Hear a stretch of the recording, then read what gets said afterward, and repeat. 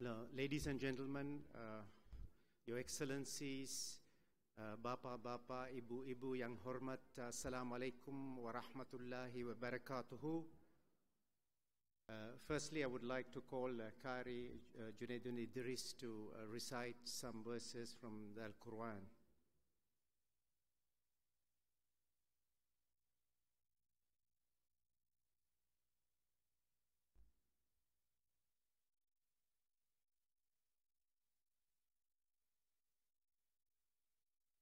أعوذ بالله من الشيطان الرجيم.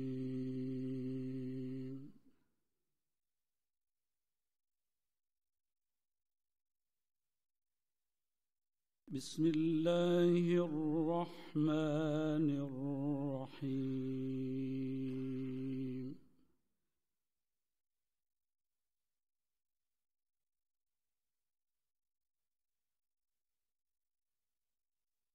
إن الأبرار يشربون من كأس كان مزاجها كافورا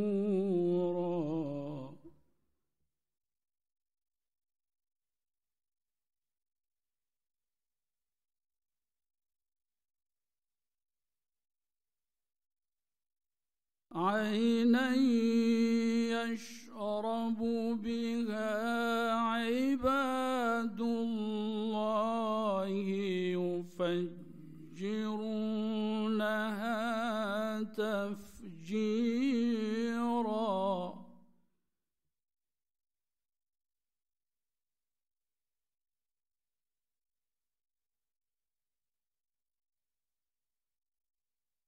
يوفون بالنذر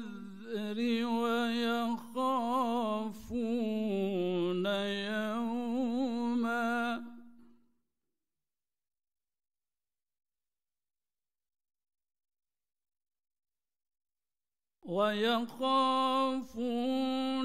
يوما كان شره مستطيرا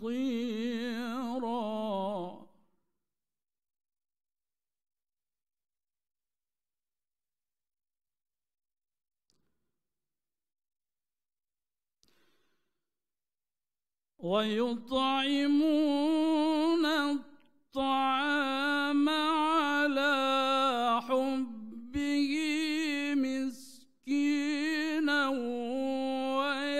ويتيما وأسيرا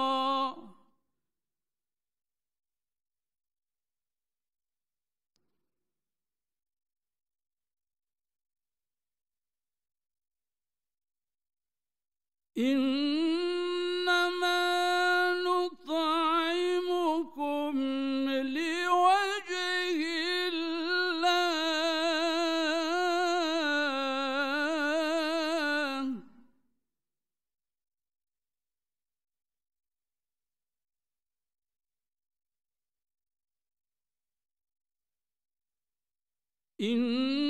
إنما نطعمكم لوجه الله لا نريد منكم جزاء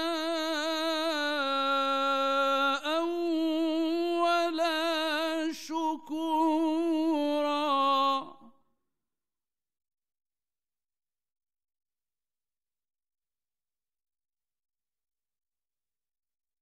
إنا نخاف من ربنا يوما عبوسا قمطريرا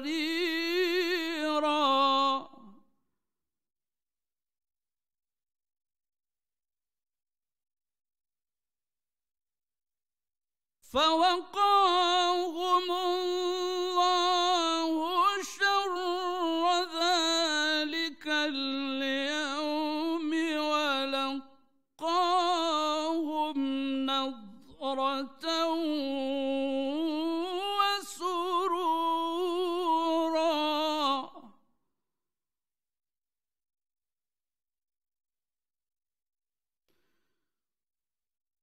وجزاهم بما صبروا جنة وحريرا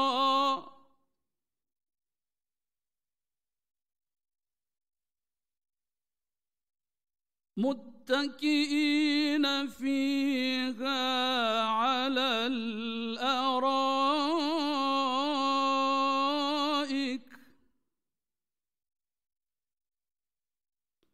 لا يرون فيها شمسا ولا زمهريرا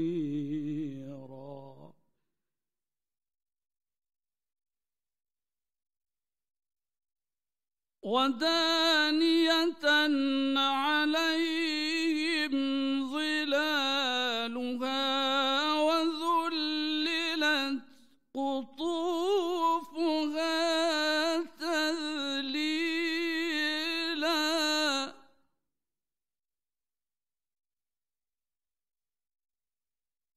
ويطاف عليهم بآنية من فضة وأكواب كانت قوارير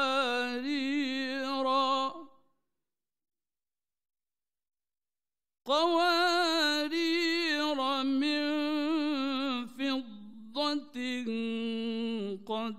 قدروها تقديرا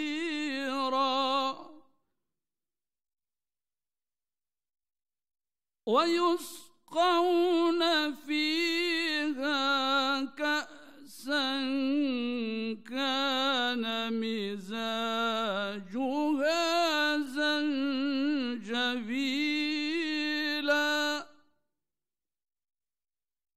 عينا فيها تسمى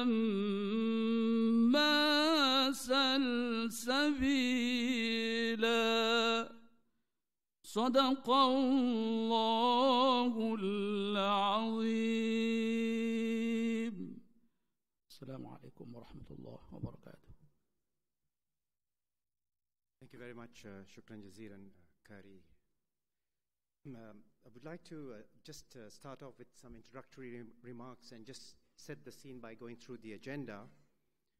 I feel appropriate to start with some of the one of the sayings of the Prophet ﷺ, cited in one of the 6 major books, Sahih Bukhari. When one of the disciples asked the Prophet ﷺ, what actions are most excellent? This is what he said. Number 1, to gladden the heart of a human being. Note there, not only Muslims, human beings. To feed the hungry. To help the afflicted, to lighten the sorrowful, and to remove wrong of the injured. And that is the person who is most beloved by God. Unquote. Ladies and gentlemen, Your Excellencies, this is somewhat unique. It's not only a seminar of generating knowledge, but also we would like you to share with us the wisdom, the panelists here, plus your good selves, in terms of shaping our strategy. Because we didn't want to cook it ourselves, but we wanted to take it into a wider audience to get views, because the Islamic Solidarity Fund itself is the fund of the Ummah. Just to go back to the agenda, we would start off with the opening statement made by the Vice President of Cooperation Capacity Development of the Islamic Development Bank, followed by Dr. Waleed Al-Wahab, who is the Director General of ISFD, who would outline the achievement, challenges, and some pointers of future direction. And then we move on to the keynote address by Dr. Ayodele Odushola, who is the chief economist and head of strategy in the UNDP, New York. With that setting the scene, we would move on to Dr. Shams, who would take 10 minutes of your time just to outline the draft strategy. It's still very much a working draft. And we would move on to about half an hour of the panel discussion with Professor Jomo Kwame Sundaram and Dr. Zia Quraish and Dr. Odushola himself.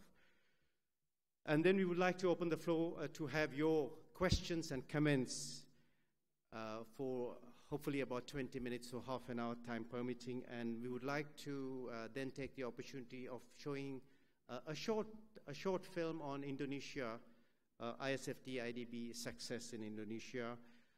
I would take the floor then to just to sum up some of the key findings and then conclude. Ladies and gentlemen, I would now call upon Brother Syed Akha, the Vice President, Cooperation and Capacity Development, to give his opening statement. Thank you.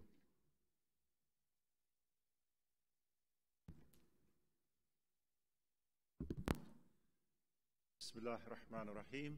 Nahmaduhu nusalli ala Rasuluhu al-Kareem. Sallallahu ta'ala ala khayri khalqihi ajma'in. Excellencies, sisters and brothers, Assalamu alaikum wa rahmatullahi wa barakatuh. I'm very pleased to be here with you, our distinguished members of Executive Board of IDB and distinguished panelists here discussing a very, very important challenge of our time, especially challenging for our member countries. As you will see later on from the panelists, but also, if I may highlight some of the ugly face of poverty that is creating a challenge for our brothers and sisters, especially in the poorest of the poor communities around all our member countries. The seminar or the strategy itself, fighting poverty, improving lives, and restoring dignity, is a very appropriate but demanding and challenging task. I think that says it all. Fighting poverty, improving lives, and restoring dignity. It is attacking the heart of the dignity of human being, poverty. At the global level, we know that poverty is a major challenge. While we, as OIC member countries and IDB member countries, constitute about 22% of global population, we hold 32% share of poverty. So the share of poverty is not in our favor, unfortunately. 30%, in fact. Some of these figures are concentrated in a few of our member countries. You know, of the 500 million people, poor, close to 500, living in OIC member countries, almost half of them live in 3 countries. Of course, their population, Nigeria, Bangladesh, and Pakistan. But there are other countries who are equally sharing the burden of poverty. Poverty not only means hunger. It is a very multidimensional and broader approach. Unfortunately, in our member countries, half of the global maternal maternity death are in our member countries. 50% of the global share in our member countries, which is quite huge and unproportionate. Of the people, for example, having no access to electricity, 1.3 billion people known to have no access to electricity, 600 million are on our member countries living here. So these figures, and I'm sure the panelists will have more analysis of the poverty dimensions in our member countries, show that hunger, lack of access to health, to electricity, education, and all these are a formidable challenge. The discussion here I think comes in a very timely manner. As we have witnessed last year, the international community have agreed on the Sustainable Development Goals. And the first goal is eradication of poverty, eradication of extreme poverty. It's a very ambitious goal. It's not reducing poverty. It's not alleviating poverty. It's eradicating extreme poverty. So our leaders have had made a commitment to eradicate poverty by 2030. And the fund, the Islamic Solidarity Fund, that was established in 2007 by our leaders, by our visionary leaders, and to address the plight of poverty in our member countries, is a very promising but one of the few hopes for the Ummah to reach that goal. This is why it's very important and critical that we mobilize resources, but not only resources. We have to share experiences and knowledges. We have to bring people together.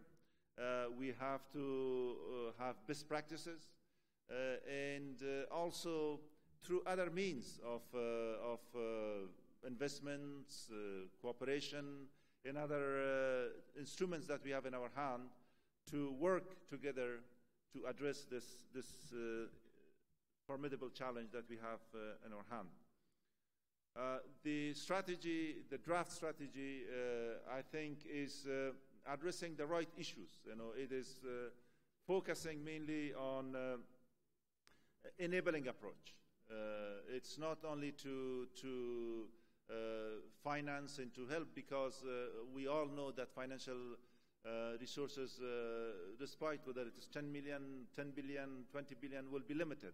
So the enabling factor is, I think, very important to enable people, communities, countries, institutions, so they can then address the challenge themselves. The second focus is to focus on marginalized groups. These are mainly youth and women in remote areas as well. Youth and women, I think, are the groups that really can have an impact based on their roles. Women, we know, as a caretaker and caregiver of the families, in the various discussions we have had in this very annual event, we heard that, for instance, women are more responsible investors. They utilize the resources and money for the right purposes, for education, for health, as compared to men. Youth is very, very central, because most of our problems, whether it is economic challenges, whether it is social stability, whether it's economic stability, brain drain, migration, and others, are because of youth. And some of the root causes are poverty. So if we focus on youth and address the poverty challenges in youth, I think it will be a win-win situation for all. So I praise the ICFD staff to highlight this. And last but not least, I think the issue of branding, not only branding of ICFD, but the branding of poverty, to bring this message home that poverty is one of the central and core root causes of other challenges that the Ummah is facing. I think it's very, very important.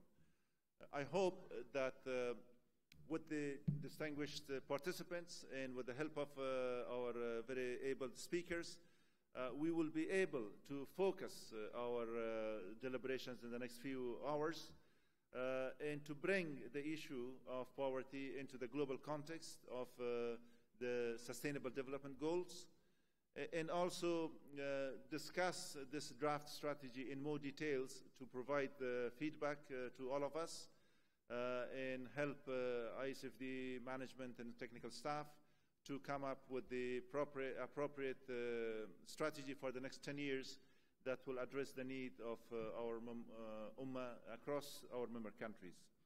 With that, I would like to thank you all and wish you success in this seminar, but more importantly, wish all of us success to get rid of this challenge that we have, which is, as I mentioned, the mother of all other problems. Thank you very much.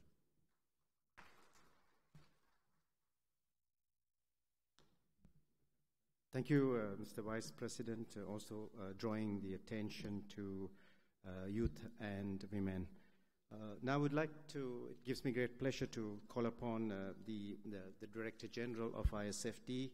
And as you know, Dr. Walid Al-Wahab was formerly with ITFC as a CEO, and he's taken on this enormous challenge of moving ISFD forward. Dr. Walid.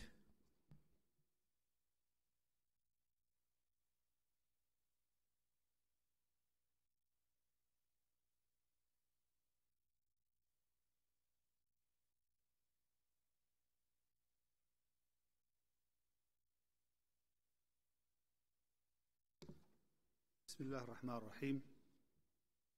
الحمد لله رب العالمين، حمدا كثيرا طيبا مباركا فيه، والصلاة والسلام على نبينا محمد أشرف المرسلين وخاتم النبيين وعلى آله وصحبه أجمعين. أصحاب السعادة، مفيدي البلدان الأعضاء، ممثلي المؤسسات الشريكة، أعضاء مجلس الإدارة الموقرين، قيادات مجموعة البنك الإسلامي للتنمية، المتحدثين المميزين المدعوين للحلقة النقاشية، المشاركين والضيوف والزملاء من مجموعة البنك الإسلامي والتنمية، الإخوة والأخوات جميعا، السلام عليكم ورحمة الله وبركاته. إنه من دواعي سروري أن نرحب بكم جميعا في هذه الحلقة النقاشية، والتي تركز على استراتيجية صندوق التضامن الإسلامي للتنمية من عام 2016 إلى 2025، ويدور موضوعها بالتأكيد حول مكافحة الفقر وتحسين مستوى المعيشة والمحافظة على الكرامة الإنسانية. وبالنظر إلى ضخامة حجم الفقر وطبيعته المعقدة، كما ذكر قبل قليل زميلي الأستاذ سعيد آغا نائب رئيس البنك الإسلامي للتنمية للتعاون وبناء القدرات، حيث يحتضن العالم الإسلامي تقريباً 40% من الفقراء شديدي الفقر في العالم، وعددهم يصل حوالي 400 مليون إنسان. فإن مكافحة الفقر في البلدان الأعضاء تمثل أولوية قصوى للبنك، وهدفا رئيسا ضمن أهداف الإطار الاستراتيجي العشري للبنك الإسلامي للتنمية. ولما كان صندوق التضامن الإسلامي للتنمية هو ذراع البنك للتنمية لمكافحة الفقر، فإن التكليف والواجب الأساس له هو قيادة جهود البنك الرامية لمكافحة الفقر في جميع أشكاله، وذلك بالعمل على تحسين سبل المعيشة والمحافظة على الكرامة في بلداننا الأعضاء. الإخوة والأخوات، لقد دأب الصندوق على العمل مع الدول الأعضاء وشركاء التنمية على تطوير أفضل الممارسات في مجال مكافحة الفقر، وعلى الرغم من الموارد المحدودة فقد تمكن الصندوق من تقديم أكثر من 600 مليون دولار كقروض ميسرة حتى الآن، وحوالي 120 مليون دولار في شكل منح إلى البلدان الأعضاء. وقد بلغ إجمالي كلفة المشاريع التي مولها الصندوق بمشاركة شركاء التمويل حوالي 3 بليون دولار. كما أن الصندوق في حربه على مختلف أشكال الفقر فقد قام بتصميم وأطلق بنجاح والحمد لله 5 مبادرات رائدة، وهي نسميها احنا فلاجشيب بروجرامز، وتتضمن برنامج تمويل أو دعم التمويل الأصغر، برنامج محو الأمية المهنية، وبرنامج القرى المستدامة، وبرنامج الطاقة المتجددة لخفض الفقر، وبرنامج إنقاذ الأمهات. والصندوق مساهم رئيسي في بعض البرامج المهمة للبنك الإسلامي للتنمية، ومنها ما يلي: صندوق العيش والمعيشة Life and Livelihood Fund، برنامج تنمية المجتمع، برنامج التعليم الثنائي للغة، برنامج مكافحة مرض ناسور الولادة أوبستريك فتسولا، برنامج الحد من العمى. وقد وصلت مشاريع الصندوق وبرامجه إلى ملايين الفقراء. وعلى سبيل المثال فإن التمويلات المقدمة من الصندوق حاليا تدعم تأسيس 37,000 منشأة ريفية، توفير التمويل الأصغر إلى 1,000,000 فقير، بناء 3,300 فصل دراسي، تدريب 30,000 من العاملين في حقل التربية والتعليم، تم بناء أو تطوير 1,700 مرفق صحي، وتدريب 5,000 من العاملين في المجال الصحي، واستفاد 7 مليون شخص من خدمات العيادات الخارجية سنويا. تم توصيل الكهرباء إلى 50,000 منزل، تم توفير المياه الصالحة للشرب إلى 100,000 منزل جديد، تم توفير 3 مليون فرصة عمل. الأخوة والأخوات، سوف تقدرون حقيقة الحجم الهائل للفقر وطبيعته بالغة التعقيد. وعلى الرغم من حرصنا الشديد فإن مجموعة البنك والصندوق لا يمكن أن تكافح الفقر وحدها، لذلك يجب الحصول على الدعم من أكبر عدد ممكن من الشركاء حتى نحارب الفقر جميعا بفعالية أكبر، وحتى ننقل المعركة من الحرب على الفقر إلى مستوى جديد. علينا أن نصل إلى الأساس لفهم طبيعة الفقر، وأن نعمل مع الفقراء ومنظمات المجتمع لتصميم حلول عملية، والأكثر أهمية بناء القدرات الخاصة بالفقراء أنفسهم لمكافحة الفقر. إن هذا الوضع يتطلب من الصندوق أن تكون لديه رؤية طموحة ولكن معقولة وقابلة للتنفيذ، شاملة لكن مع التركيز، عالمية ولكن مع التفضيلات والأولويات. ولذلك فقد وضع الصندوق لنفسه الرؤية التالية: البلدان الأعضاء في البنك الإسلامي للتنمية نحو بلدان خالية من الفقر المدقع بحلول عام 2030. وحتى يحقق الصندوق رؤيته فإن رسالة الصندوق هي مكافحة مختلف أشكال الفقر وتحسين مستوى المعيشة للفقراء والمحافظة على الكرامة من خلال تمكين الفقراء، من خلال تمكين الشركاء والفقراء. إذا نهج التمكين هو لب استراتيجية الصندوق، وسيقطع نهج التمكين شوطا طويلا، حيث لن يقوم الصندوق فقط بتقديم الدعم المالي، ولكنه سيقوم كذلك ببناء قدرات الشركاء على الأرض والمجتمعات ليتمكنوا من مساعدة أنفسهم في الخروج من الحلقة المفرغة للفقر. وأحثكم جميعا على التكرم بإثراء هذه الاستراتيجية بأفكاركم ومعرفتكم وخبراتكم. وإذا لم تتمكنوا من تقديم تعليقاتكم اليوم فأرجو أن تكتبوا لنا، وأؤكد لكم بأن أفكاركم سيتم النظر فيها بجدية من قبل الفريق المختص في صندوق التضامن الإسلامي للتنمية. وأخيرا أيها الجمع الكريم، أود أن أختتم كلمتي بالقول: إن الفقر يشكل تهديدا، ويجب علينا أن نجعله جزء من التاريخ بتحويله إلى أرفف المتاحف. ونعتقد أن هذا ممكن، لأن الفقر صنع بيد الإنسان وممكن أن يحل بيد الإنسان، ومعا يمكننا أن نحقق ذلك.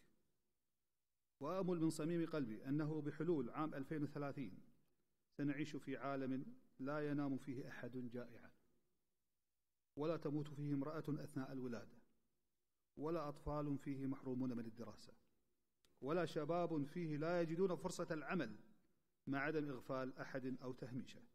ولكم جميعا فائق الشكر والتقدير، والسلام عليكم ورحمة الله وبركاته.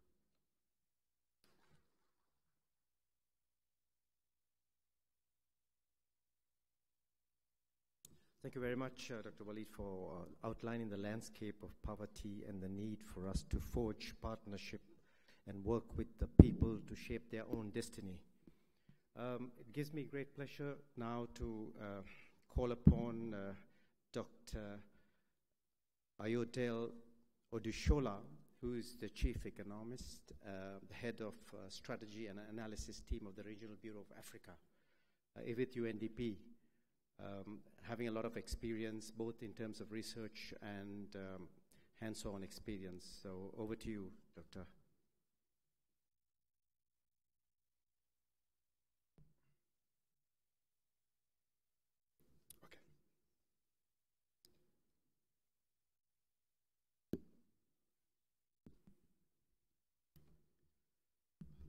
Bismillah. Your Excellencies, members of the Executive Board of IDB,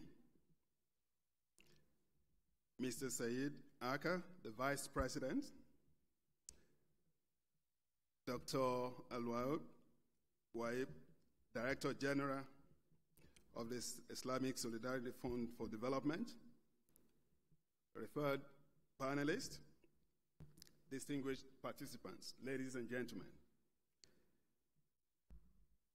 I'm honored to present the keynote address on global challenges of poverty and solutions for Agenda 2030 on the event commemorating the Islamic Development Bank's group efforts to fight poverty, improve livelihoods, and restore dignity globally.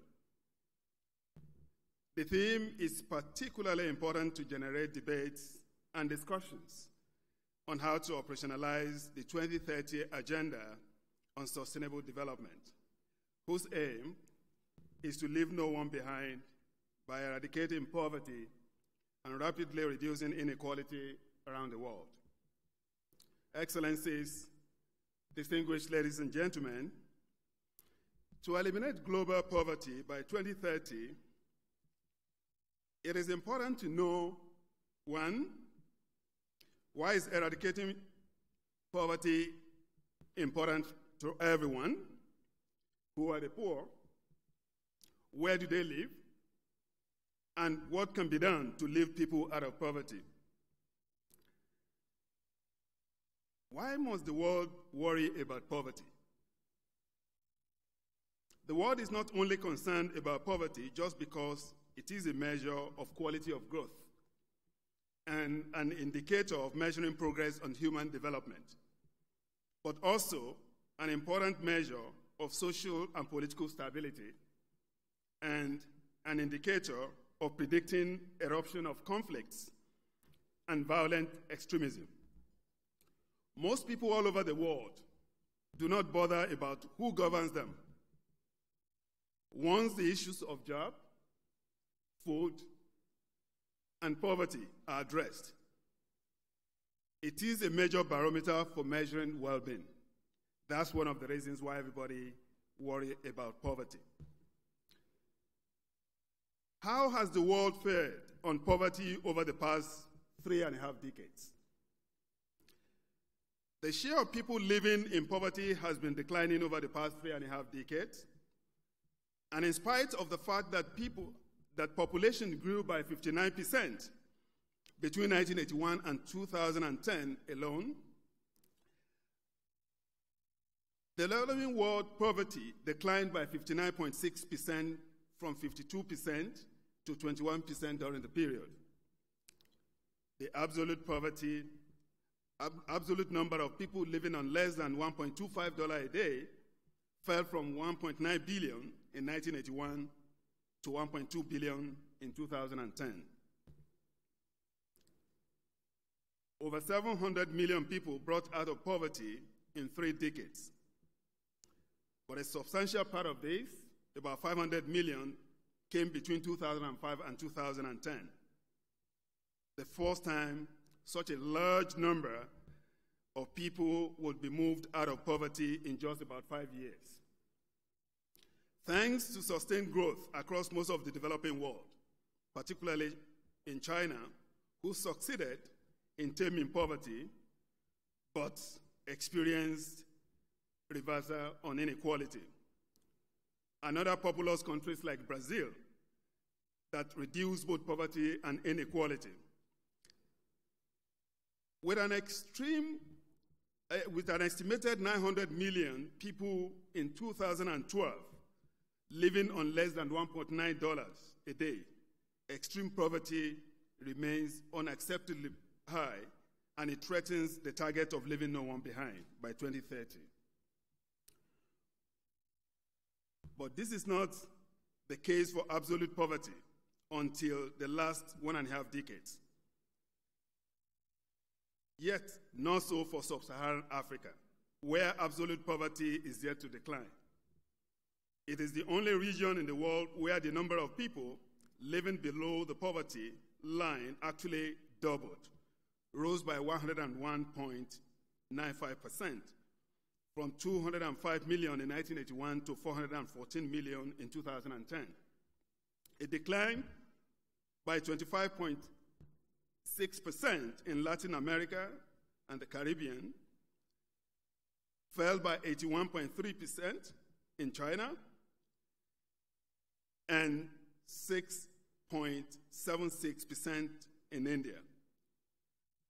Demographic transition, especially Asia and Latin America, rapid economic growth in China and sub-Saharan Africa, human capital development, as well as well-targeted social protection made this possible.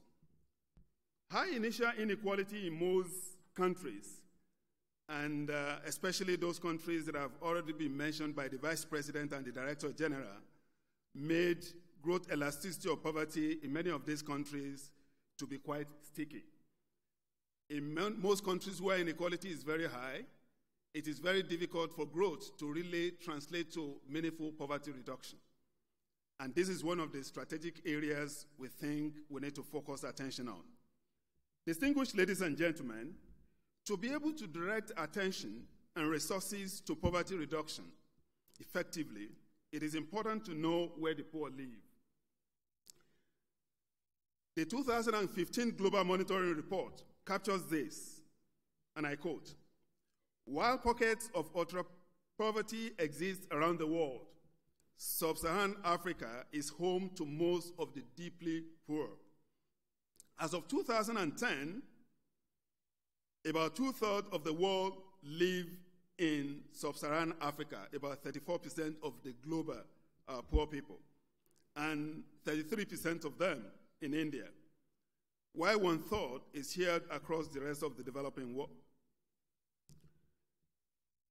Reducing the world poverty calls for strategic attention to these regions that are driving the global poverty, targeting policies, directing resources, and refining institutions to outlier countries will help accelerate poverty eradication in the world. And you have read, as the Director General already mentioned, and the VP mentioned, that there are about 3 strategic countries that are member states of the bank: Nigeria, Bangladesh, and Pakistan, meaning addressing the issue of poverty in these countries will bring a lot of succor to the entire world in terms of the level of poverty. Essentially, using the absolute poverty line of $1.9 based on the 2011 purchasing power parity, as computed by the World Bank, 82% of people in Madagascar are living in extreme poverty, 78% in Burundi, and 77% in Democratic Republic of the Congo. Knowing where the poor people live is as important as understanding the poorest among the poor. The average income of per capita of the poor in developing world has been rising since 1981, from 74 cents to 84 cents in 2010, while that of sub-Saharan Africa stagnated at 71 cents during the period. Per capita income of the extreme poor in sub-Saharan Africa is a drag in income of the world poor. When this is discounted, the income of the world poor moved substantially converging towards the global poverty line of about $1.25 as of 2010. Closing the poverty gap is an imperative for 2030 agenda for sustainable development. On average, an extreme poor person in sub-Saharan Africa needs 82 cents to meet up with the new poverty line of $1.9 a day, and approximately $300 per annum. For the rest of the developing world, it is 44 cents per day and at approximately $161 per annum per poor person. For the raising the incomes of the bottom two deciles is a must to achieve the shared prosperity while acknowledging rapid and inclusive growth as the key driver, as already mentioned by the Vice President. Partnering with governments, private sector, civil society organizations, foundations in regions and countries where the income per capita of the extreme poor is lowest is an imperative. IDB and other partners like UNDP should focus strategic attention to sub-Saharan Africa and South Asia, where about 76.7% of the poor live. Member states with large proportion of the poor in other regions should also be given priority attention. Excellencies, distinguished ladies and gentlemen, even in countries where income poverty has been reduced substantially, non-income disparities, such as limited access to quality education and health services, pose a bottleneck to sustain poverty reduction and shared prosperity. Loss to human development from unequal access to income and services is as high as 33% in sub-Saharan Africa, 29% in South Asia, and 25% in Arab states, and range between 13 and 24% for other developing regions. Multidimensional poverty is an issue in most developing regions and in most of the member states of IDB, but with the highest severity in Africa. And getting to the root causes of inequality is vital to implementing the 2030 agenda in all developing regions. How can we raise the income of the extreme poor by ensuring no one is left behind by 2030? The 2030 agenda on sustainable development underpins the imperative of using development lens in addressing poverty and inequality by balancing policy and strategic actions across economic, social, and environmental pillars. Promoting people's dignity calls for people-centered development that is anchored on promoting societal prosperity that respects the boundary of the planet. The failure of the trickle-down effect of economic growth to social and environmental spheres has shown the importance of focusing attention on managing trade-offs, shocks, and vulnerabilities, which have become the norms in the SDG era. This is the first strategic action if the goal of leaving no one behind is to be realized. Strategies for growing the economy, raising participation of the extreme poor in economic activities, and enhancing their benefits from the growth process are important for moving forward. First, we need to promote structural economic transformation that leave no one behind by promoting economic diversification, deepening value chain development through agro-allied industrialization, and promoting science and technology and innovation. In fact, there is evidence that poverty is still endemic in countries with low accumulated economic growth and at the early stage of industrialization. And that is why the focus of Islamic Solidarity Fund for Development on issues relating to inclusive finance, as well as promoting manufacturing and industrial development, is very key. Second, Raising the productivity and improving the working conditions of sectors where majority of the poor people earn their livelihood is critical, including agriculture and the informal sectors. Third, addressing structural impediment that weakens effective participation in labor market, including quality education, skill acquisition, gender, women empowerment, and demographic transition is also very, very crucial. Fourth, well-targeted social protection mechanisms, especially those focused at unleashing productive capacity of the poor, enhancing the entrepreneurial skill,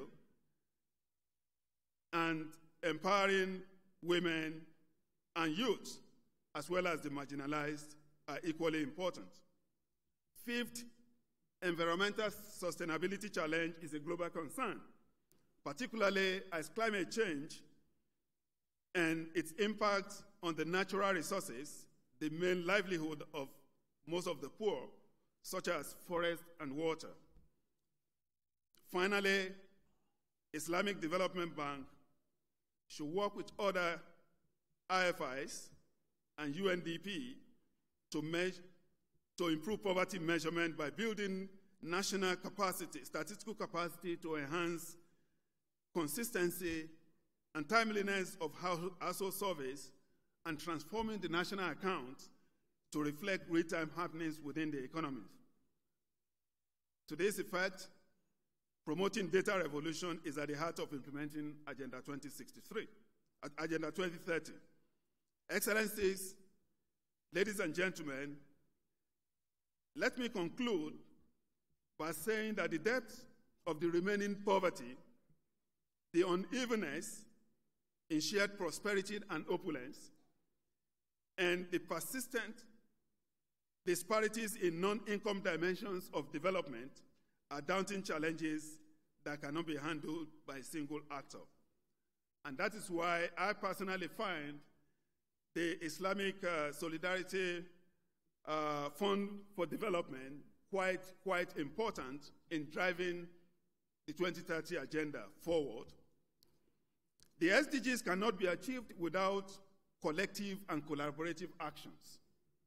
Partnering with the Islamic Development Bank Group in a strategy is critical to accelerating the pace of leaving no one behind by 2030.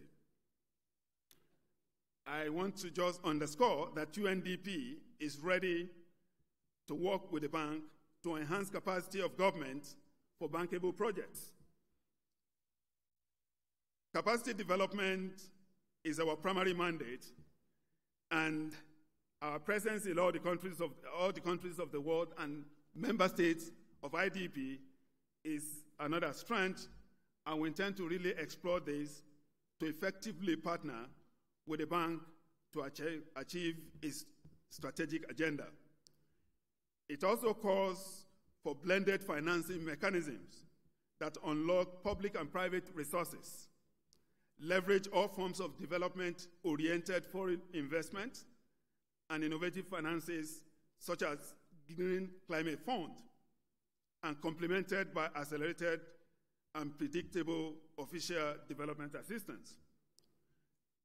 The global demography is a resource for SDGs. Youth population in Africa in the face of aging population in most parts of the world. Leveraging this for the global goods is an imperative, especially in countries where aging population has started to slow down the growth prospects. And facilitating demographic transition, investing in youth, accelerating women empowerment, and protecting the elderly creates a golden opportunity to raise living standard in most developing countries. Distinguished ladies and gentlemen, thank you for your attention.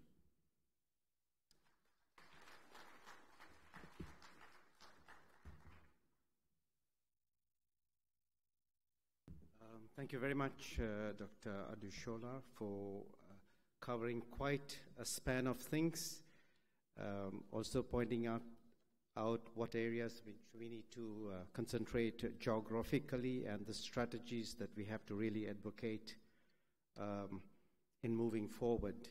So I think I would put to the panelists also that, there are many strategies, but what can ISFD realistically do, really? Should it focus on some, given the global landscape itself? At this point, I would like to hand the floor over to Dr. Shams to take over, but I would like to leave a thought with you. We make a living by what we give. We make a living by what we get, but we make a life by what we give, really. And to me, strategies are important, but at the same time, the brain and the heart has to come together in terms of really translating whatever we intellectually come out with into action with commitment. Thank you. With that, I hand the floor to Dr. Shams.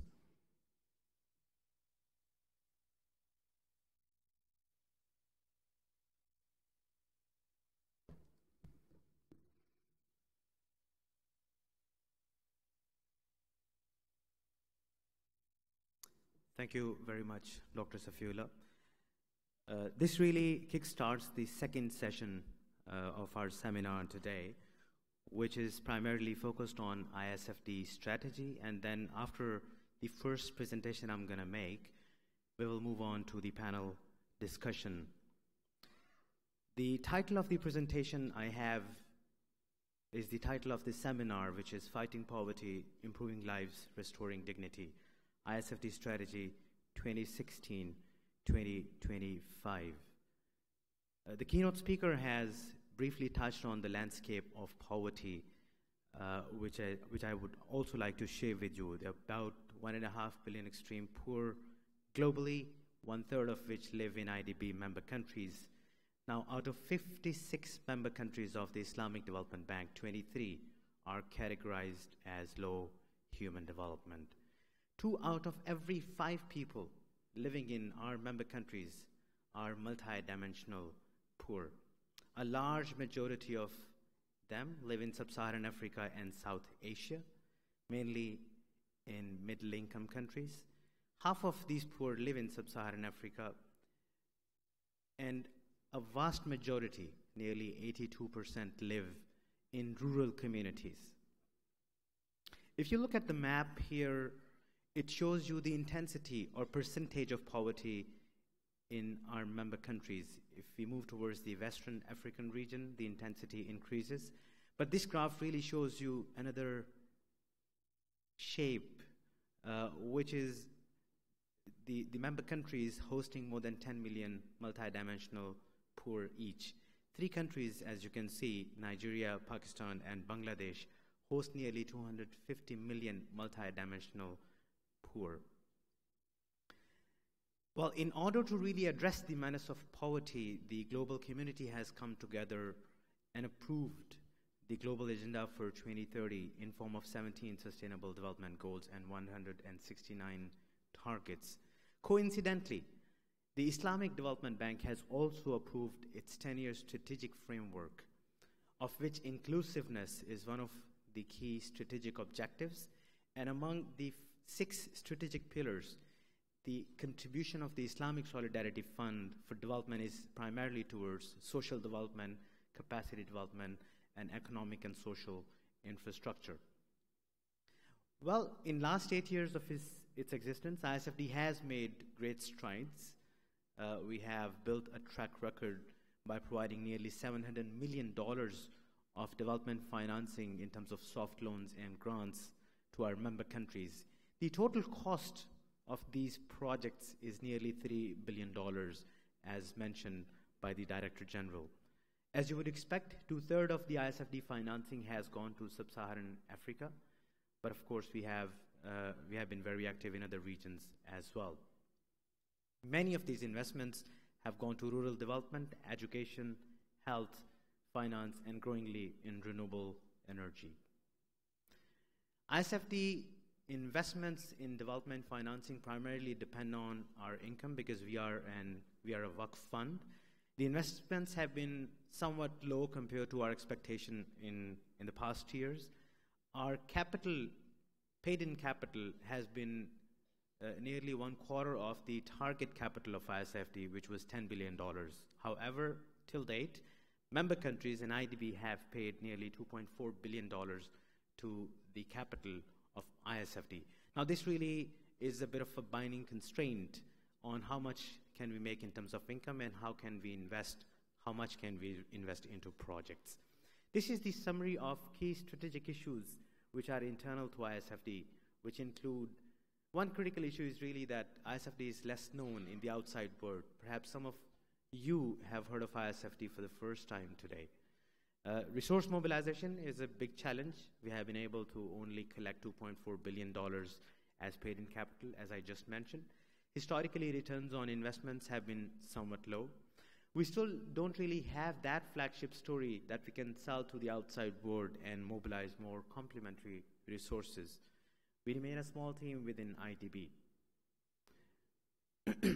Now, this is a summary of the external strategic issues which in a way affect our strategy. The scale of poverty is really huge. The needs are numerous compared to the resources available to us.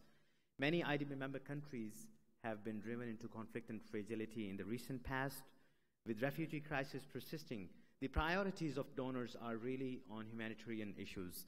And of course, low oil prices means that many of our rich member countries will find it somewhat difficult to contribute towards ISFD core capital. Now, based on this information, data, analysis, and a lot of focus group meetings that we have had in the IDB group and our consultation with our stakeholders, this is the strategy architecture that we have come up with, and I'll give you the building blocks of the strategy architecture one by one. At the top, of course, we have the vision and mission, which is supported by our strategic objectives.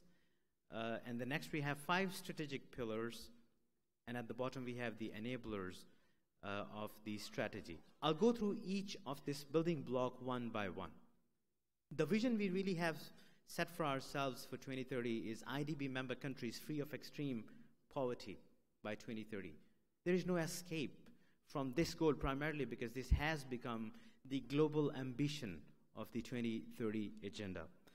And the mission is to really fight all forms of poverty, improve lives, and restore dignity by enabling the partners and the poor. I repeat, by enabling the partners and the poor. And that really brings us to the first strategic objective, which is enable development partners, especially in grassroots, to scale up fight against extreme poverty. Why are we saying that? Because we believe that with existing resources, we need to have more hands who can fight poverty in the grassroots. And this will be done by enabling the poor and the partners in 3 spheres: by building human capacity, institutional capacity, and capacity of communities themselves and implementation partners, so we can get more people who are enabled to really fight poverty in an effective manner. And the second strategic objective is really to reach out to extreme poor and marginalized in the IDB member countries. Of course, the needs are numerous, but we want to focus on extreme poor and marginalized communities through innovative, inclusive, and high-impact interventions. What do we mean by these marginalized communities? Our speakers have previously mentioned the issue of women empowerment and youth is critical. That's where our focus will be. We will be focusing on nomadic communities, refugees, internally displaced people, because some of our member countries really have internal conflict and fragility. Slum dwellers to really tackle the urban poverty, ethnic minorities, and rural communities in hard-to-reach areas where a large number of poor live. Let me come to each of the strategic pillars of our strategy one by one, which will really help us achieve these strategic objectives. The first is strengthening resource mobilization. The first aspect of this is capital resources. We already have a criteria endorsed by the Board of Governors for member countries to contribute towards ISFD capital. We will work on this criteria and try to get member countries fulfill their commitments. Of course, we will get the member countries to commit more and pay towards the ISFD capital so we can reach 10 billion. Hence, make more income that can help us develop more programs to reach out to the poor. But we are not forgetting that there are a lot of complementary resources in the market. So we are focusing on Waqf Development Initiative, thematic trust funds, on issues like education, microfinance, country development, Waqf. We know that there are lots of zakat resources that we can tap on, corporate social responsibility with the help of private sector, and of course partnership with service and sports industry that can lend us a hand to really mobilize resources from the market. The second strategic pillar to which some of the previous speakers have alluded to is leveraging through strategic partnerships. This is really the key. We know that we can't fight poverty alone. We need partners who can help us fight poverty. But also we need partners who can really, with whom we can really leverage our financial resources, but also technical resources, knowledge, and know-how to fight poverty.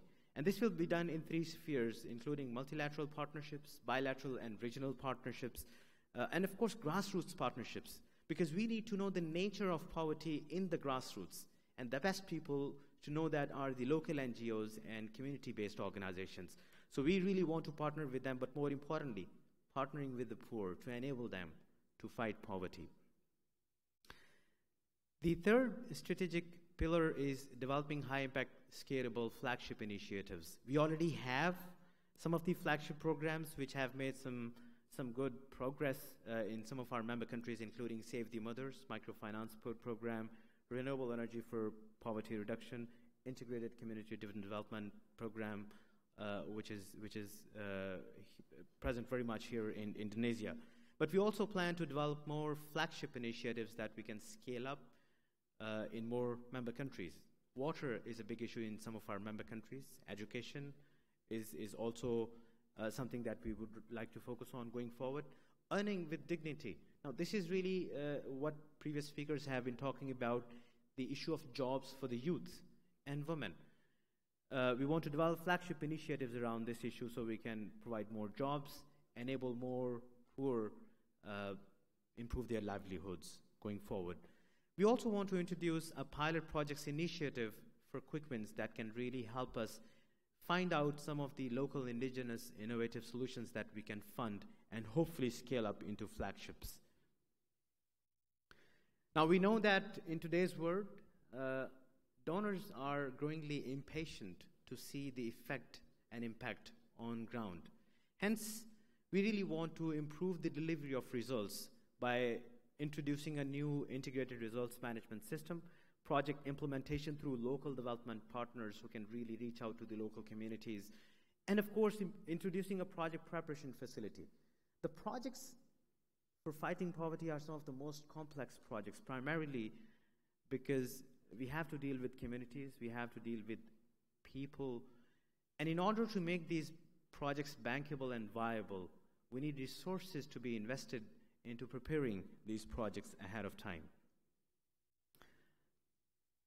Last but not the least, the central strategic pillar for our proposed strategy for 2016-2025 is transforming ISFD as global brand for fighting poverty. This has 2 sides to itself. One is improving visibility that could be done by developing world-class communication materials, developing and bringing the success stories of our beneficiaries to the forefront and sharing it with the global development community, connecting ISFD with international events, developing partnerships, and of course being very active in global broadcast and social media. But what Dr. Odushola also highlighted is the issue of knowledge leadership, building the capacity of our member countries in terms of data, information, and poverty analysis is the key that will really help ISF to become a global leader vis-a-vis poverty reduction.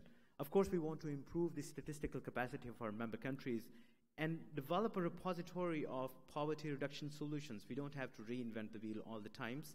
This can really help us become a knowledge leader in the area of poverty reduction. This is the last slide I want to bring your attention to, is the strategic shift.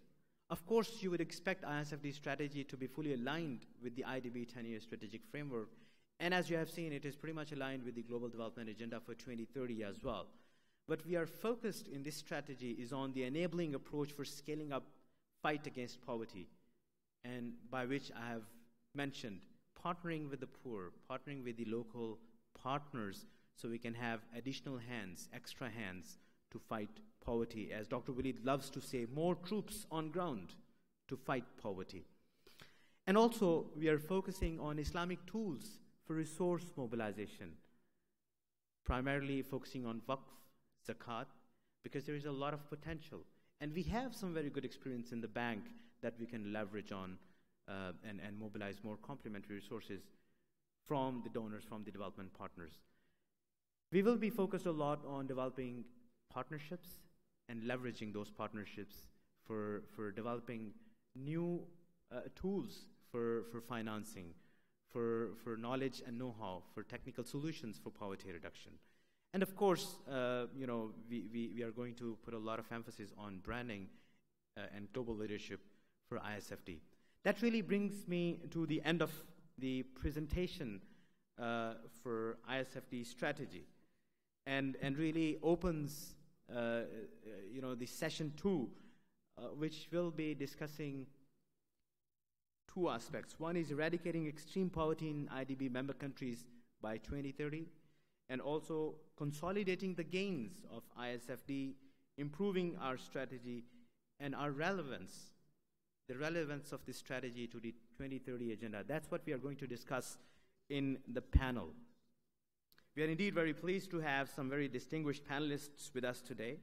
And let me introduce these panelists and request them to come to the stage one by one. The first panelist we have is Dr. Zia Qureshi. I will start with him. He is currently the non-resident Senior Fellow of Global Economy and Development at the Brookings Institution, and a consultant and advisor to several organizations. He was formerly Director of Strategy and Operations in the Office of Vice President and Chief Economist of the World Bank. With vast experience, he has published widely and holds a PhD in economics from the Oxford University, where he studied as Rhodes Scholar. Ladies and gentlemen, please welcome Dr. Zia Qureshi to the stage.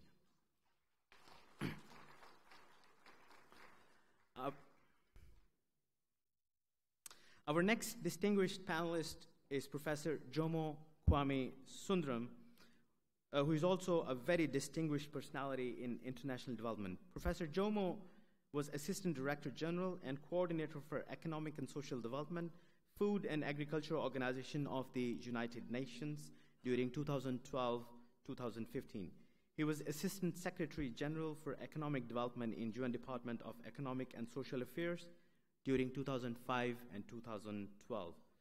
He was professor at University of Malaya until 2004. He has authored more than 100 books, published widely, and also received many honors and awards, including the 2007 Wassily Leontief Prize for advancing the frontiers of economic thought. Please give a warm welcome to Professor Jomo on the stage.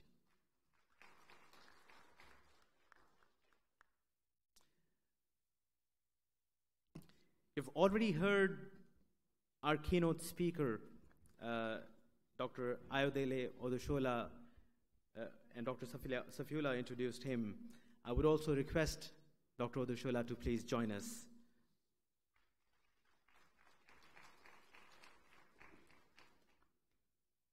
So the pattern of our panel discussion will be, I'll request each of the panelists to come here and give a 5 minutes of opening statement. Some of them might be using slides as well. So to start with, I will invite Professor Jomo to give us his opening statement here on the dais. Can we have his slides displayed here, Professor Jomo?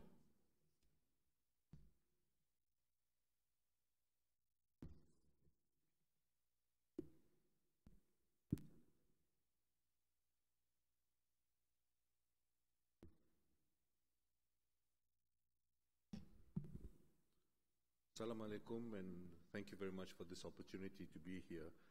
As we are running well behind schedule, allow me to move straight to the slide presentation.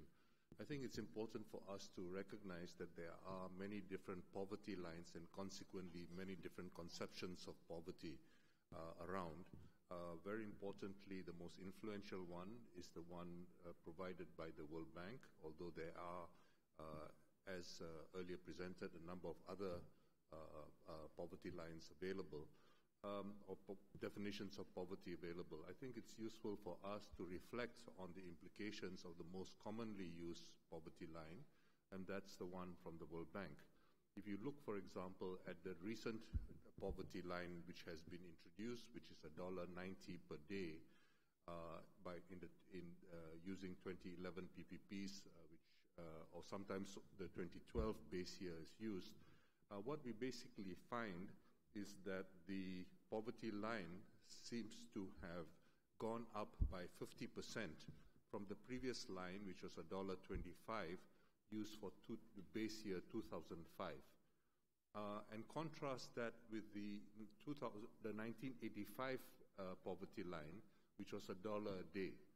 So you see that over the 20 years from 1985, the poverty line went up only by 25%, whereas in the subsequent 7 years, 6 or 7 years, it went up by 50%. And this, of course, raises some rather troubling questions. These are numbers from Indonesia, but they are about 15 years old. And I want to show you here how significant the poverty line can be for the estimates of poverty. As you can see in the left-hand side column, the poverty line of $0.7 per day, which was used at that time, which would have resulted in over 43 million people being deemed to be poor. Whereas if you reduce the poverty line by 20% to 0.56, you would only have about 19.2 million people. So you can see that a 20% difference in the poverty line can have a huge difference, because the number of people who are deemed to be poor consequently increased by more than double. Now let me just quickly skip to a number of subsequent, let me move very quickly to pointing out that if you look at the MDG period, and some of you have been very involved in this, you will find that the number of hungry people declined by 30%, okay, whereas the number of poor people declined by half, okay, or more, actually more than half. In other words, you have a great disparity in the reduction of poverty and the reduction of hunger. Now this, of course, raises very troubling questions, because the poverty line is defined by the amount of income required to meet your very basic needs, including avoiding being hungry. So this, of course, suggests that there has grown over time some significant disparity between the poverty line and the measurement of hunger. I would emphasize here, of course, that the people who are deemed to be hungry are deemed to be hungry purely in terms of whether they get enough dietary energy, in other words, carbohydrates. Let me emphasize that hunger estimates do not look at what are called micronutrient deficiencies, vitamins, minerals, and so on, which are extremely important because they affect human life chances, and particularly during the first 1,000 days from the moment of a child's conception until the child reaches the age of 2. The prospects for the child throughout their life, particularly in terms of physical as well as cognitive or mental or intellectual abilities, is very much determined during these first 1,000 days. And it's important, therefore, for us to pay far more attention to micronutrient deficiencies. It's a very, very messy thing to do, but certainly extremely important for us to pay attention to. Let me move on to presenting to you a proposal which was advanced, a proposal which was advanced last year at the Financing for Development Conference in Addis Ababa in July last year. Many of you may not have attended, particularly because it was held during Ramadan, but it's very important nonetheless to recognize that there was a failure. The third Financing for Development Conference was very much a failure. And one of the major problems was the failure to appreciate the importance of strengthening developing countries' ability to mobilize resources, including fiscal resources. And this, of course, is a very important setback. Nonetheless, I think it is important as a starting point to recognize that over 3/4 of the world's poor are to be found in the countryside. And so any meaningful anti-poverty strategy has to address the fact that most of the poor, almost 4/5 of the poor, are to be found in the countryside. Now, a proposal was made, a proposal was made to address this by the Rome-based agencies, the International Fund for Agricultural Development, the Food and Agricultural Organization, and the World Food Program. And the proposal was to accelerate the reduction in poverty and hunger together, looking at the two together. And this, I think, is something which is still worth considering, although the conference itself failed last year, and to recognize that a business-as-usual approach is going to result at the end of the SDGs period in 2030 in about 650 million people continuing to be hungry. Now, basically, I've been reminded that my time is running out. Let me move on very quickly to remind you of the two prongs of that proposal. The first prong is to ensure social protection. The international community has committed itself to providing social protection to overcome poverty and hunger and undernutrition. Social protection is not only for consumption, but also to invest in enhancing productive capacities as well as capabilities in order to reap higher incomes. And this is considered to be absolutely essential. Unfortunately, we find that social protection's availability in much of the world is very uneven. Many middle-income countries can afford to fund social protection, but unfortunately, many low-income countries are unable to do so, and hence the kind of disparity which you see on the screen ahead of you. Hence, I think a very crucial part of the initiative of the fund is precisely the element of solidarity, recognizing that many low-income countries are unable to finance social protection. But let us remember that social protection is not just to meet immediate consumption needs. Social protection should also enhance the productive capacities and capabilities of the poor. The final two graphs I'm going to show you basically tries to present to you what is involved from a macroeconomic perspective and what is involved from a household perspective. And basically the idea is to enhance earned income as represented by the red line in order to exceed the poverty line. And this is the basic household dynamics which are involved in this proposal. So, brothers and sisters, friends all, let me emphasize that an early big push, in other words, from now in the early years, will bring much greater benefits because you accelerate the process not only in terms of meeting people's immediate needs, but also in investing for meaningful pro-poor investments in order to ensure that social protection transforms itself into enhanced production and hence enhanced incomes for the poor. Thank you very much for your attention.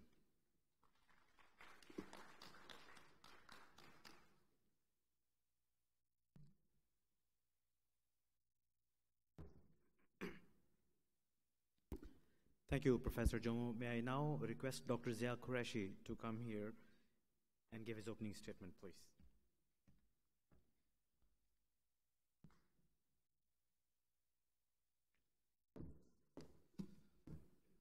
Assalamu alaikum. It's a pleasure to be here. In the limited time that we have, I would like to touch on 2 points. First, on the current global economic context for the efforts of the international community to end extreme poverty by 2030. And second, on the draft ISFD strategy that is also geared toward achieving that goal and related development objectives. First, on the global development context for ending poverty, it is a picture of great opportunity, but also great challenges. The world has achieved tremendous success in reducing poverty over the past 20 years. The MDG goal of halving the extreme poverty rate was achieved more than 5 years ahead of target.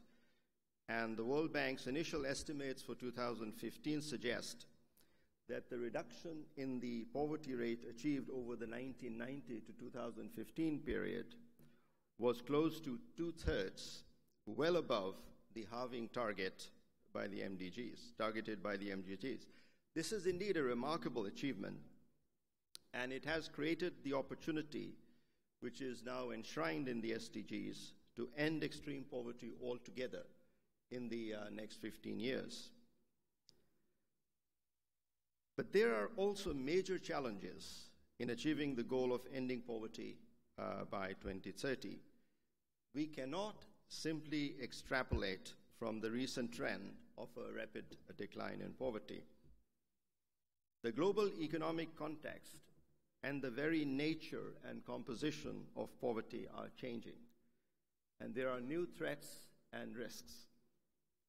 Economic growth that powered the rapid reduction of poverty is slowing globally as global growth faces major economic and financial headwinds and risks. Much of the reduction in poverty has been achieved in the fast-growing economies of East Asia, our host country, Indonesia, being a notable example of that. But poverty is now increasingly concentrated in countries, many in sub-Saharan Africa, where growth has been slower for a variety of deeper and structural reasons. So even if the developing world could maintain its relatively strong aggregate growth rate of the past decade or so in the next 15 years, which will be tough given the global headwinds, the goal of ending poverty by 2030 would still not be achieved. For that to happen, growth in the lagging economies, which are home to most of the remaining poor, must be increased. And against the backdrop of rising income inequality in many countries, stronger growth also needs to be more inclusive to have the desired poverty impact. And within countries, as poverty declines, the remaining poor become concentrated in increasingly harder to reach pockets of poverty and marginalized groups. Moreover, there are new or increased threats from conflict and climate change, both of which hit the poor harder. The proportion of poor people living in fragile and conflict-affected countries, where development poses different and harder and tougher challenges, has been rising and is now approaching 1/2 of the total number of poor people in the world, and will likely exceed 1/2 in the next 5 years. Average prevalence of poverty in fragile and conflict-affected countries is 3 times or more the global average. The recent surge in refugees driven by conflict brings this phenomenon into sharper relief. This recounting of the challenges ahead should not make us pessimistic about the goal of ending poverty by 2030. It should strengthen our resolve to confront and address the new challenges to continued progress. This will require applying the policy lessons we have learned from past success and adapting and innovating to overcome new challenges. A recent distillation of what it will take to achieve our ambition by my former institution, the World Bank, boils down to 3 words: grow, invest, ensure. Grow to create broad opportunities and jobs. Invest to build the human capital of the poor so that they can capture those opportunities. And ensure the poor through social safety nets, Jomo just emphasized that point, to strengthen their resilience and keep them from slipping back into poverty from economic, climatic, and security shocks, and take actions to reduce the frequency and severity of those shocks. Recent work at Brookings, the institution I'm currently affiliated with, reaches similar conclusions. For what it calls the last mile in ending extreme poverty, it identifies a 3-part agenda: securing peace, creating jobs, and building resilience. Policy should also help capture the new opportunities for connecting poor people to productive networks and finance offered by rapid advances in information and communications technology. And I'm pleased to see the potential of these innovations receiving good attention at some of the discussions here. Within this broad agenda, specific policies and interventions must, of course, be tailored to individual country circumstances and owned by the countries. This brings me to my second point, which is the ISFD strategy. The strategy is very timely to align it with the new IDB 10-year strategic framework, the new ISFD model, the SDGs, and the changing global economic and development context. The goal of ending extreme poverty is even more ambitious in the IDB member countries, where the average incidence of extreme poverty is almost twice as high as at the global level. The draft ISFD strategy is thoughtful and well prepared. It is also frank in its assessment of ISFD challenges. The strategic objectives and pillars of the ISFD strategy broadly go in the right direction, with emphasis on a mix of interventions, including 1, promoting broader economic opportunities through agricultural and wider growth, and building human and institutional capabilities, and 2, reaching out specifically to poor and marginalized groups through more targeted interventions and emphasizing grassroots interventions. To conclude, I would like to point to 2 areas in particular where the ISFD strategy could be developed further as it is finalized. While the strategy does address resource mobilization issues, an even stronger emphasis on focus, partnerships, and leveraging would seem warranted. As underscored in a recent joint report prepared by the MDBs as part of the post-2015 Financing for Development agenda, captioned From Billions to Trillions, the needs of the SDG agenda are in the trillions, but the MDB resources are in the billions. Hence, focus, partnerships, catalytic impact, and leveraging become that much more important, calling for stronger innovative approaches, both to mobilize other public resources, including domestic resources, and promote more private financing. The limited international development finance available needs a transformation to leverage a larger collective mobilization.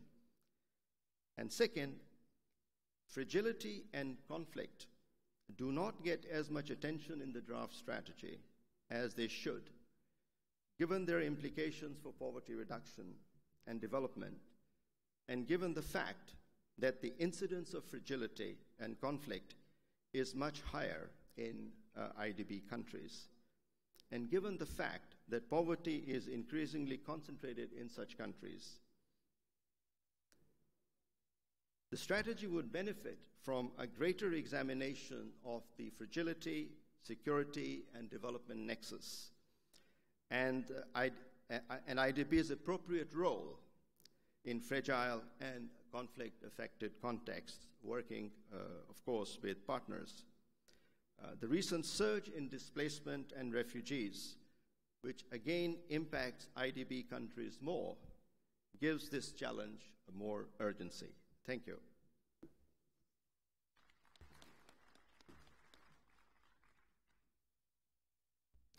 Thank you, Dr. Zia Qureshi. I would now request Dr. Odushola to give his opening statement. Can we have his slides over?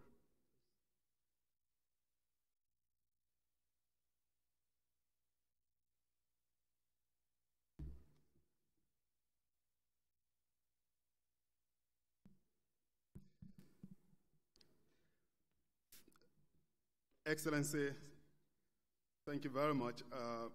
Mine is just to look at how we can meaningfully fight poverty, improve lives, and restore dignity within the global context. If you look at what is on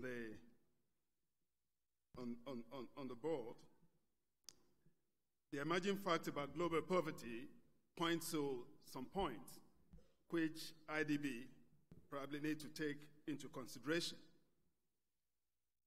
One, if you look at the picture over there, the capacity to address the issue of poverty anywhere in the world is a function of the complexity and capacity of countries. And that's why, as previously mentioned by other speakers, the issue of conflict and fragility becomes a critical factor. If you look at it, as the complexity of the economy grows, so is the capacity to address poverty. That's the message from the first graph. And if you look at, again, the issue of fragility has become quite important. Now, in 2010, about 65.9% of those that are poor now live in MIC, left with about 34% for low-income countries. And if you look at the proportion of those that's in conflict or fragile situation, we're talking about 41%. That is quite huge. And that may be a pointer to the direction of your poverty reduction initiative. Again,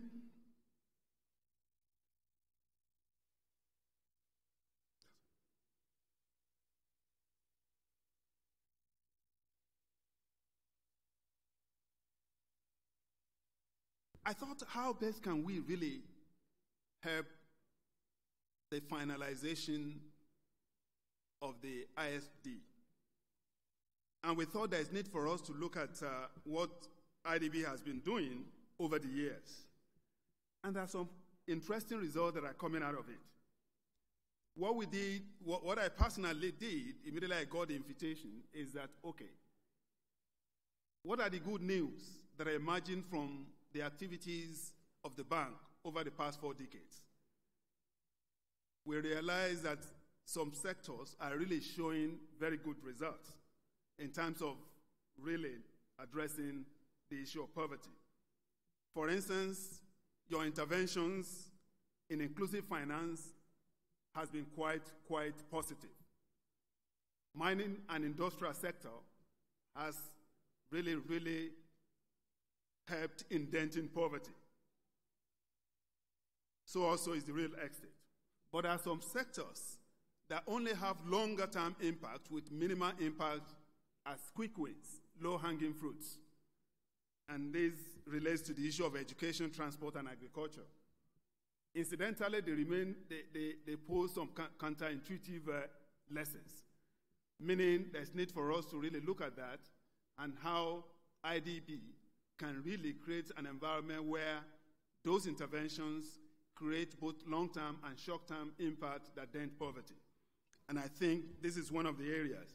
So the objective is to see all those dots on the right-hand side moving towards the low quadrants on the left-hand side. And that is where we should be able to really dent poverty using the existing framework. Overall, Islamic Development Bank project approval are really helping to reduce poverty in member states. And that if you look at the diagram over there,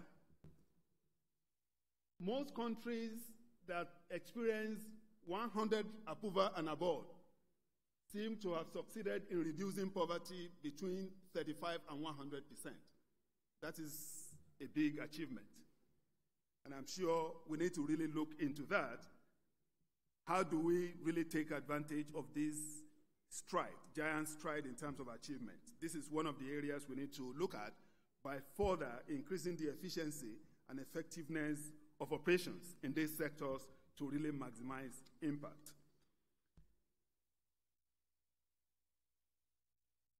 But the impact varies across sectors.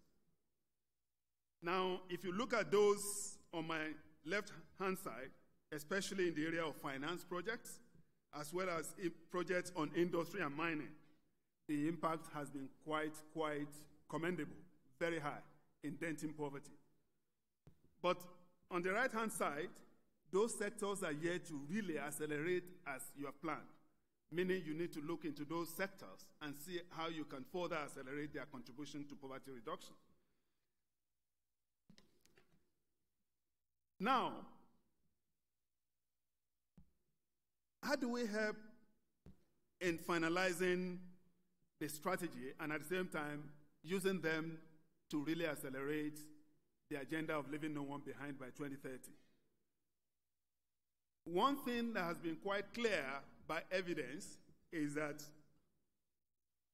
ability to increase productivity in the sectors, yes, I'm getting there. Ability to increase productivity of the sectors where the pure people earn their living is very vital, meaning we've got to increase productivity in the agricultural sector. And as earlier presented by Shams, you see that 82%, about 82% of those in multidimensional poverty live in rural areas. We need to really touch this. And again, the complexity of the economy over the years give you the capacity to really address the issue of poverty.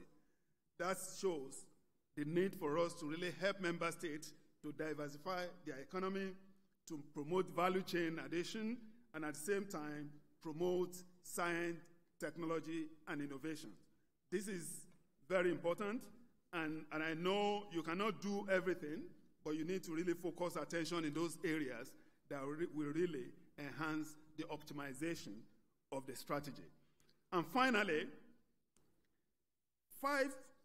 I see 5 mutually reinforcing factors playing a critical role in using your strategy to really dent poverty and eliminate poverty by 2030.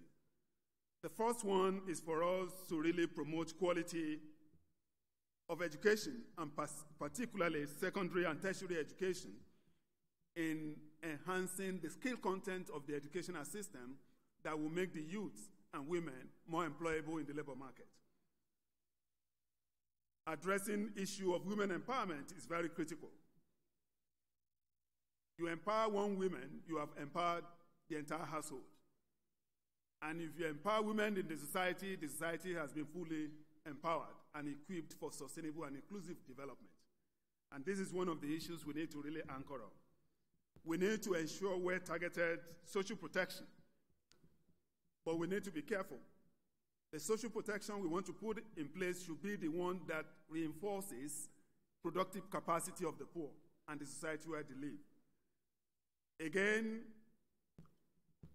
one of the major factors leading to increasing level of poverty and inequality is the growth rate of population. And we thought there is need for us to really promote things that will enhance demographic transition, things that would develop the capacity of our youth, and things that will really give us the opportunity to invest more on our children.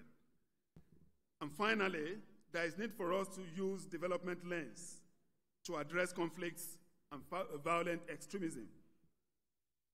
We don't need to focus entirely on issues relating to issues of emergencies, but we need to really make sure the development content of whatever intervention to address conflicts in our countries is really enhanced, because focusing on development is not only promoting the capacity of the society, but helping us to address the root causes of the conflict. And I think these factors cannot be handled in silos. They have to be seen in a holistic way. They are mutually reinforcing, and we thought the implementation of your strategic framework should be able to use this as the implementation anchor. Thank you.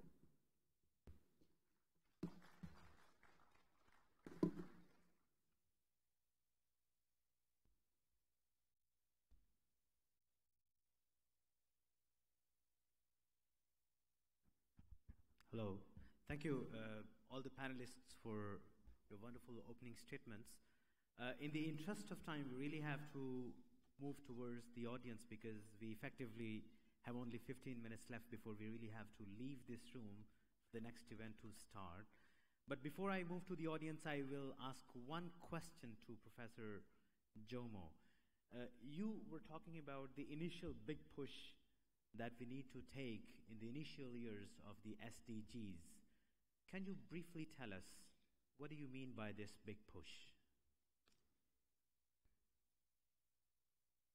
Yes, thank you very much for the question. By the big push, I mean that on the one hand, you can, with the requisite political will, you can eliminate hunger and poverty within a year. You need 0.3% of global income to do that, if there is that solidarity. How can you do that in such a short time?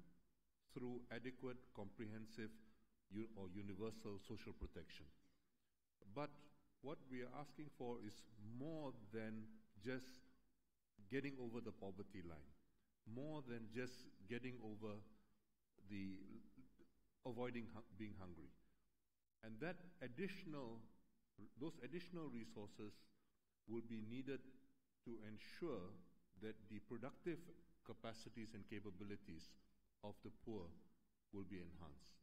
And this big investment, which is not the minimal investment to avoid hunger and poverty, this additional investment, the sooner you do it, the faster it will kick in terms of returns to that investment, in terms of enhancing productive capacities and incomes earned, which will in turn contribute to making that acceleration in the graph which I showed towards the end.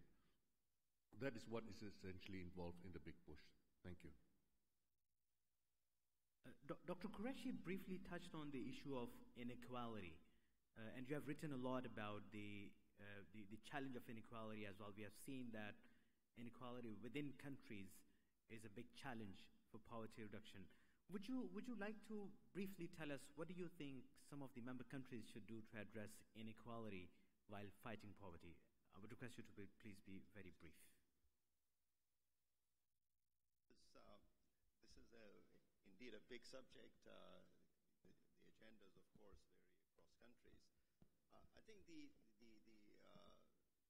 essential point is that the focus needs to be on inclusive growth.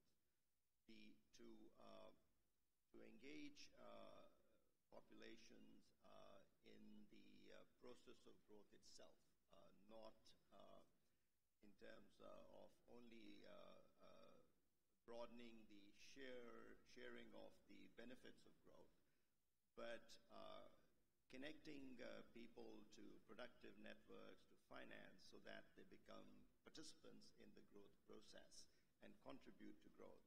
So if you approach the agenda that way, you will see that the growth and poverty agendas, they're not in conflict. It's a complementary agenda because you broaden the participation in the process of growth, you produce more growth, and it is more inclusive growth. So that means, and of course you need safety nets, etc. That is very important, and I support what Jomo was saying. But what you also need to complement that is a strong and inclusive growth process through productive activities, through infrastructure, to human development. And of course, within that, the specific priorities, of course, vary from countries. But the overarching concept is that to look at this agenda in terms of inclusive growth, which is win-win across growth and equity.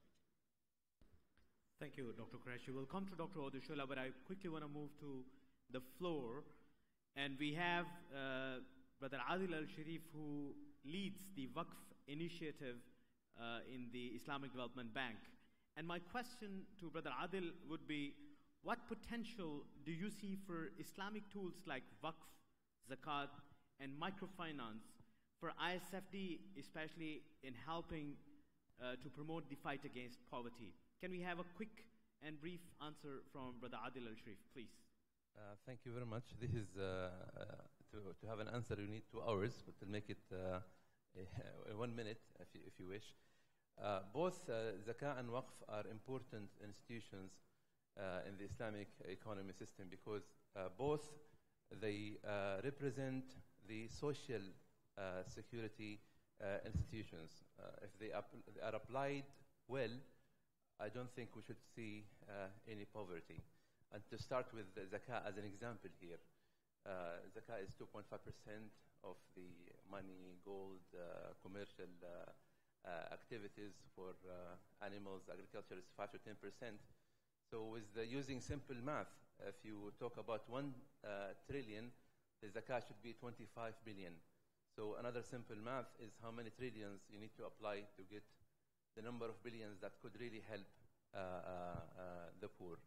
And you can see the importance of Zakah in Sharia. It's one of the 5 pillars in Islam. In fact, it is the 3rd one after Shahada and prayers, but before fasting, Ramadan and Hajj. And that gives a very importance to the Zakah being an obligatory to individuals. And how Zakah can help the poor? Clearly, there are 8 categories of the Zakah deservers. The first and the second are the poor and the extreme poor, al-fuqara wal-masakin. And Zakah can help them by providing the basic needs, their basic needs, the physical, food, shelter, the psychological. Zakah money can be given to make them get married, for their mental and intellectual, for them to get the education. And also, very important, that Zakah can create investment tools for the poor. Investment tools where capable poor with skills can be given the Zakah money based on their strength. If you have a farmer, you buy with the Zakah money a farm. If you have a carpenter, you buy for him a workshop. If you have a trader, you give him money to do the trading. So this way, you move him from being a Zakah taker to a Zakah giver, having sustainable income. Waqf is a long term, it's sustainable. The difference between Waqf and Zakah. Zakah is on the short term, it's paid on annual basis, but Waqf is building long-term assets, whether it could be in real estate, it could be in funds, cash awqaf funds, and they are invested, and their returns goes into the same needs that I spoke earlier, either to provide the basic needs or to create, again, investment tools for the poor to help them create sustainable income. So both are very important systems in really fighting poverty. Microfinance, I spoke briefly in the in how they can be given with the investment tools. But one thing very interesting that IDB now is adapting as a new system or an innovative way of waqf is called waqf for development, al-waqf al-ma'i. We are in 2/3 of the study, but the concept here is using the principle of the waqf to invest with the poor, because now we're used in waqf to invest with the rich, buying real estate, buying sukuk, buying private equity, but now it's the time to go and invest with the poor. It's a special study that we're going through. Thank you very much. Thank you, Brother Adil. I need 2 burning questions from the floor for the panelists. And we have the gentleman here, sir. You can ask your question. Yes, sir. Muhammad Abdul Mannan, Managing Director, Islamic Bank Bangladesh Limited. Thank you very much, panelists, for bringing here very burning issues. I have at least 2 points I have noted. Income inequalities, you have mentioned, and also promoting economic diversification. My question is, actually, my views may be complementing Mr. Brother Adil. We understand there should be production decision as well as management decision and distributive decision. These are 3 vital issues. While we are discussing these issues of eradication of poverty in the forum of Islamic Development Bank, that is among the Islamic countries, we have our own model to address the issue. Say, for instance, if we consider the views of Imam Shatibi, prioritization, that is Joruriya, Haziya, Tahsiniya, what needs of the society should be addressed first. Say, for instance, if we consider macro-level outlook, while state budgets, which needs of the country should be considered first? Joruri needs, then comes complemented. Yes. Sir, may I request you to please come straight to your question? We don't really have much time. Please ask your question very briefly. My question is whether this forum can consider, as we are the forum of Islamic Development Banks, Islamic countries under YC, while they consider their national budgets, they should prioritize the issues related to poverty alleviation, like they will address the need, our issues should be need-based, not greed-based. Concentration of wealth in everywhere, including in the Islamic countries as well. Only 62 families are, 50% of the total asset of the world has been concentrated in 62 families, according to a recent report. So this is the same case in all the Muslim countries as well. So as brother has mentioned about, say for instance, if I mention about my country, yes, I am coming to that. In Bangladesh, we have addressed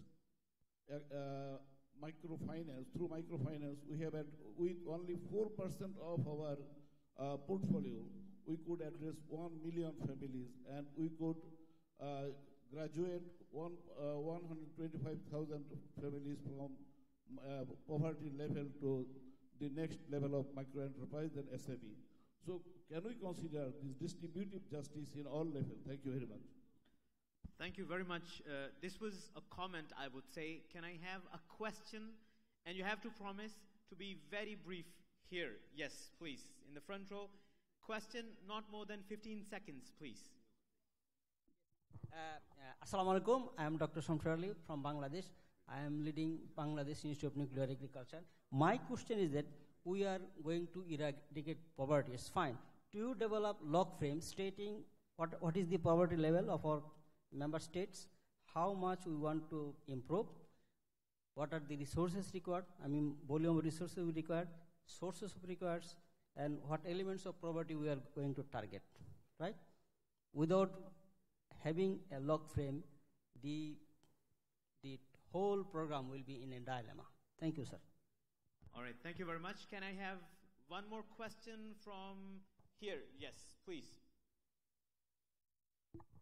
Be very specific in asking your question. Yeah, thank you very much. My name is Ahmad Munab. I'm from Maldives delegation. I have 2 questions. Number one, I think it was very interesting to talk about the zakat and the relationship between the poverty. My question is there any study based on different countries on the number of zakat, people who are getting the recipient and the relationship with the poverty?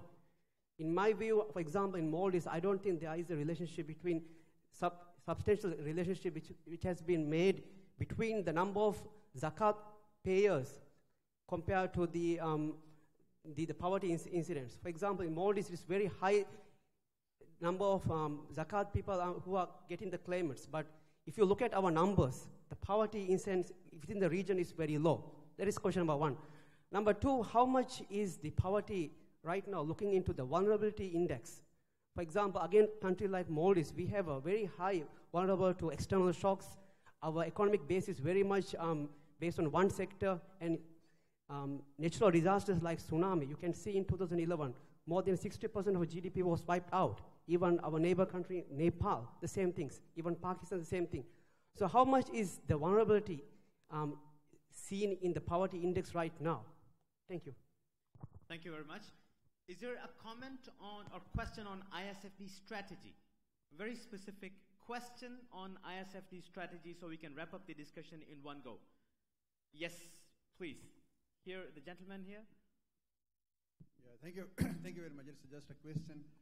My name is Dr. Amjad Thaqib, and I'm leading world's largest Qarz Hasan program, the interest-free microfinance program, and we have given 1.4 million people, families, these loans. My question is that Islamic Development Bank always operates through governments, so which delays the processes. And is there any possibility that this new strategy would be able to interact with civil society organizations, with the organizations which are at the grassroots level, which are larger vision, and which are raising their resources from civil society as well? So is there any possibility of this collaboration between the ISFD and the national level non-government organizations within 52 Islamic countries? Thank you. Thank you very much, Dr. Amjad Thaqib. I'll turn to the panel, and the question the gentleman asked here from Maldives was about the issue of vulnerability, and I'll pose this question to Dr. Odushola. What do you think, Dr. Odushola, is the role of vulnerability and shocks that can push more people into poverty, and how can we possibly avoid that going forward? Thank you very much. I think the issue of vulnerability and shock is very critical in eliminating poverty by 2030. And one thing we've been focusing attention on over the years has been those that actually live below the poverty line. But the fluidity of movement above and below the poverty line are those that are on the poverty line. And the moment there is any shock, be it economic, be it conflict, be it political, be it social, they go into the below the poverty line, and it takes a while before they climb up to the poverty line and above. So we need to really have what we call categorized social protection. One, for those that are far below the poverty line, meaning we want to jump them above the poverty line. Those that live within the tip of poverty line needs to be given special consideration.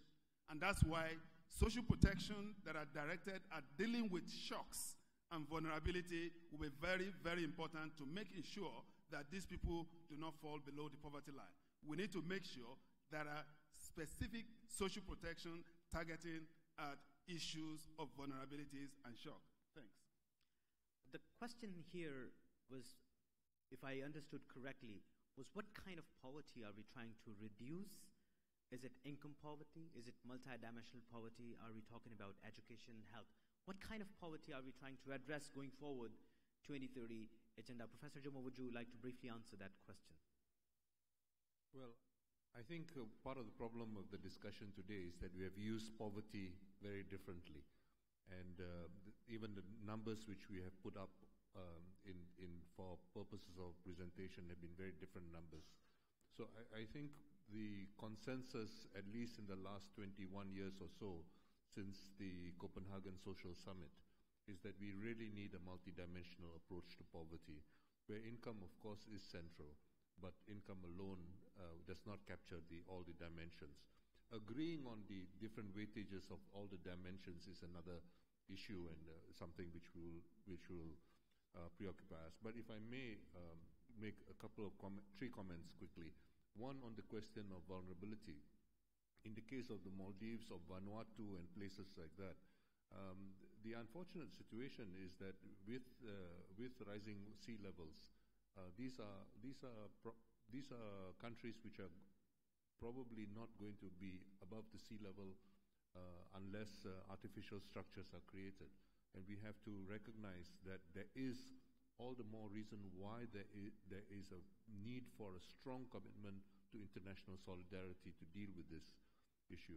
The second question is on the question of microcredit. I think the question of microcredit, I know there are many brothers here from Bangladesh, but the record of microcredit in terms of consumption smoothening is a good record, a strong record.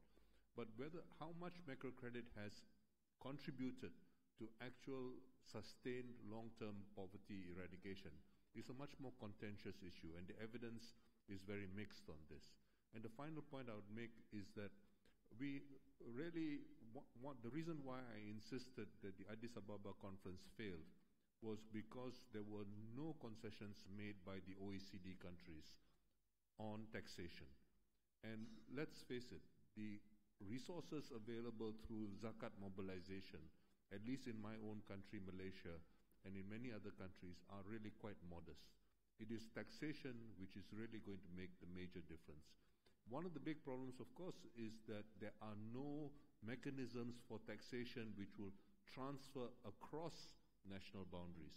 And this, of course, is particularly unfair for countries like the Maldives and others which are getting a raw end of a bad deal given what is happening in the world. So I think we will need to deal with many of these important questions, and I think that the fund does begin to address some of these issues, but these are issues which need to be elaborated, and everything cannot be done in one session like today's. Thank you. Thank you very much, Professor Jomo. Dr. Qureshi, would you have any closing comments while we move towards the end of the panel discussion? I think they've addressed the question. I would just add I think on this issue of vulnerability, in addition to the social dimension of social safety nets to keep near poor from slipping back into poverty, that's of course very important. And Jomo added to that the vulnerability to climate change, which is also very important and vital for some countries. The dimension that I would add to that is that of reducing economic vulnerability, because I think that was also implicit in the question there. Countries with undiversified productive structures, so economic resilience is very much part of the agenda to address vulnerability. And on this resource mobilization, the zakat tax, I think we need to have a holistic approach to achieve this agenda, to go from the billions to the trillions that are needed. And tax mobilization is very much part of the agenda. One good thing that did come out of Addis, which of course needs to be implemented, is an effort to increase tax mobilization in developing countries by 2 to 4% of GDP. The World Bank and IMF committed to supporting that, working with countries.